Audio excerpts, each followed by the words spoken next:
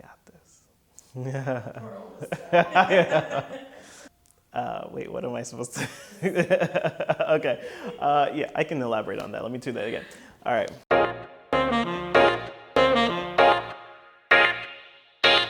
Hi, my name is Richard Hackman, and I am an art director, and I work primarily in photography, film, podcasting, and design. What are some of the key things I've learned from being a freelancer and a consultant? I think first and foremost, don't be afraid to ask for help. I know when I started off, I always thought I could do it all by myself, I could figure it out all by myself, but it was just that much harder. So don't be afraid to ask for help, just to learn to be more business-minded and to plan and to be a little bit more strategic about how you handle things. Spread your plan out a little bit further instead of trying to do quick hits here and there because maybe you're concerned about making more money. Just being more thoughtful and coordinated is always a good thing. And I think one more thing I would add to that is just to have fun. What do I wish I knew when I started?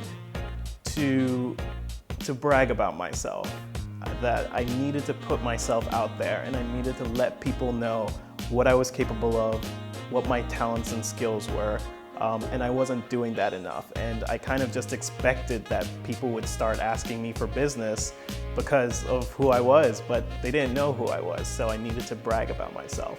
So the other part of finding work is also just by promoting yourself. Something as simple as using social media, Instagram, Facebook, Twitter, LinkedIn. Just whenever I'm doing a project, I'm always taking pictures, taking little videos, and putting them together and putting them online either before I do something, in the middle of doing something, after I'm doing something, just so that there's this visibility. People can always see me. They know that I'm executing, they know that I'm being successful, and I'm promoting my clients just by being on social media and blasting all the things that I'm doing. And in that way, it generates new business. So how do I determine my rates? That's a tricky one because it fluctuates. It depends on who the client is, how big or small they are, and their budgets are.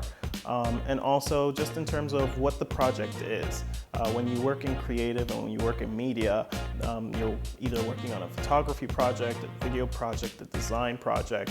All of those are priced differently. You could, in theory, do hourly billing, but depending on the type of media you're working with, you might be working longer hours on certain things or shorter hours. So you want to always make sure that you're calculating your costing in such a way that it fulfills your quota, say your monthly quota or how much you hope to make in a year. You definitely have to have that figure in mind and make those necessary calculations and factor them into when you're billing people per project. For me, I typically don't like to take on any more than 4 major projects a month. And so that already kind of gives me an idea of how much I need to make within that month. So as a consultant, as a freelancer, a business owner, an entrepreneur, it's so important to make sure you're on top of your game. There are so many bigger companies out there that are doing exactly what you do and service a larger clientele. And so you have to have that competitive edge. And what does it take to have that competitive edge?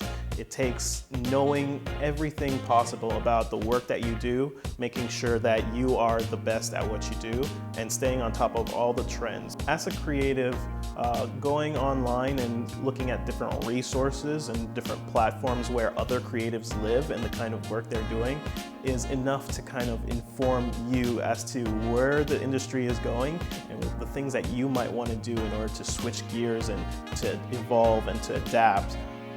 What I would tell anybody who's considering going into business for themselves, A, acknowledge that there's going to be risk. B, remember that whatever it is you're going to do, you have to absolutely enjoy it because you're going to be doing it for the rest of your life. And C, find other people to do it with, right? People who are in the industry themselves, who are also business owners, who are also independent workers, and build a network and find your tribe.